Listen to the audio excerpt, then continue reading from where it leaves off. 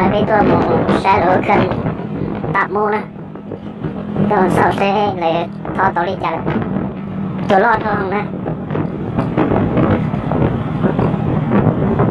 aku cơn cầu đi, tôi kể cho nó nữa, tôi kể tôi một xe lửa cần, tôi nên sai xe rồi chẳng là cứ có tôi lúc chồng nó cầu đi á.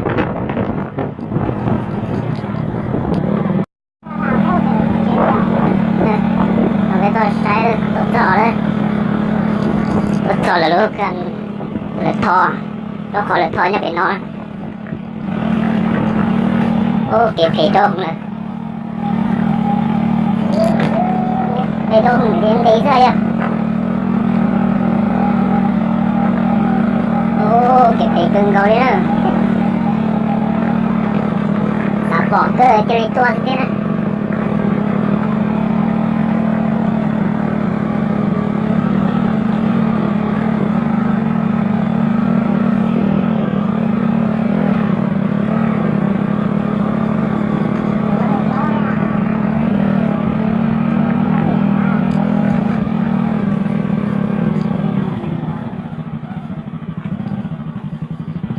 Ô tôi trò nữa,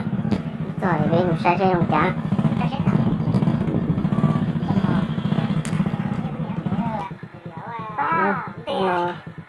tôi nói phải là bên tôi, khi giờ tôi xì xe là lúc này khó, là thôi thì nói, nói thì là lúc chơi nhỏ nữa, lúc chơi nhỏ thì mình có số là bảy tài nữa, tài số tên nhà cơn mà thì là không thiếu thì tôi làm thôi rồi, để cho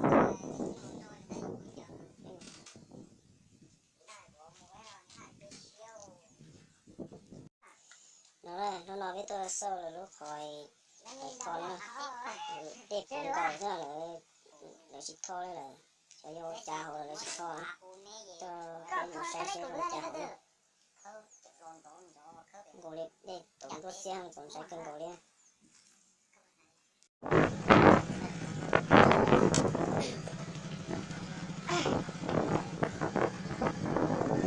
cho phải xe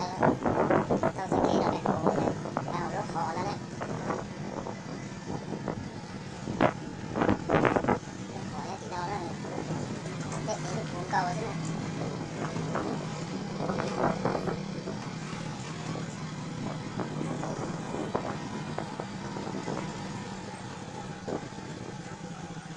để có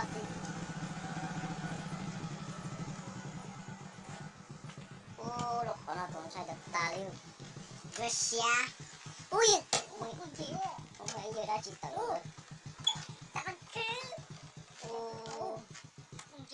đây tôi đã chỉ kể trứng con là tổ nhớ đấy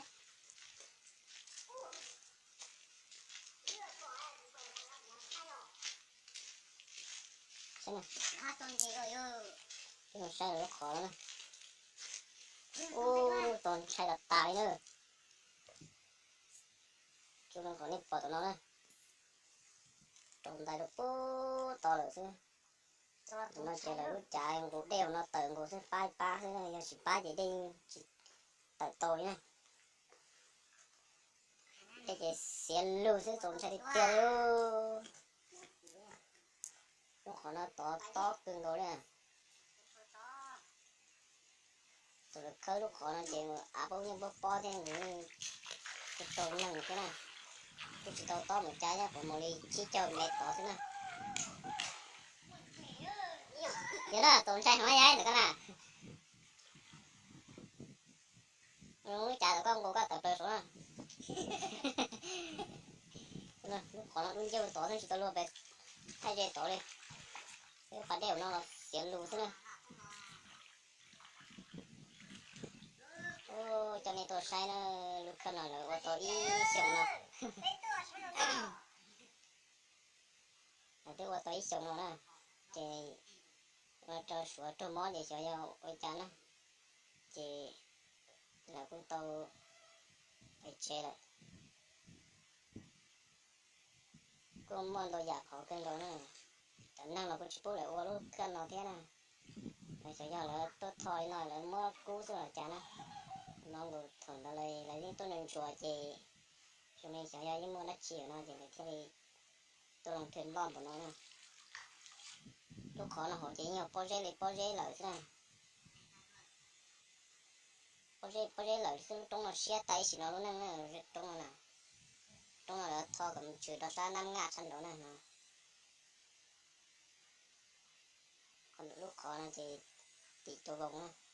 thò thì tôi vòng trên trong đó ra là con thì 5 yen thì nè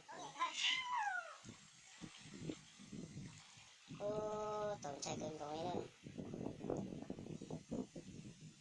chưa đi nó thế này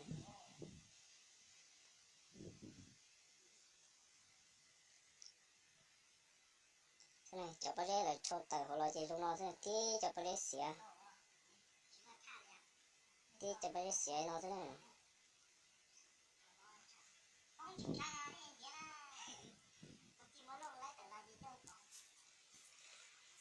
nhưng kiếm một là tí chỉ lúc chả tao nói chỉ là những trường cuộc trái đen nè nhưng chỉ một lúc chả cuộc đen thì chơi lúc khó nó tư bố nó tư chỉ cho đi nó nè cho sản phẩm tiền nó chỉ nhau cuộc đen tờ sát số một cầu thế này lúc chả chỉ những đó gửi nó xong lúc xong mò thế chỉ để theo để bố chỉ tàu nó nè bây giờ tao nói chúng thay đua cứ đặt tao tao chạy tiền nó khó nè tao chân của nó là trường quốc càng lúc bé thế này cho tiền rồi nó thế là lúc khó nè đây chỉ những bụng cầu lên nó thế nào rồi khẩu tư lấy thì tôi thò đua đó rồi số kia là các một chế tài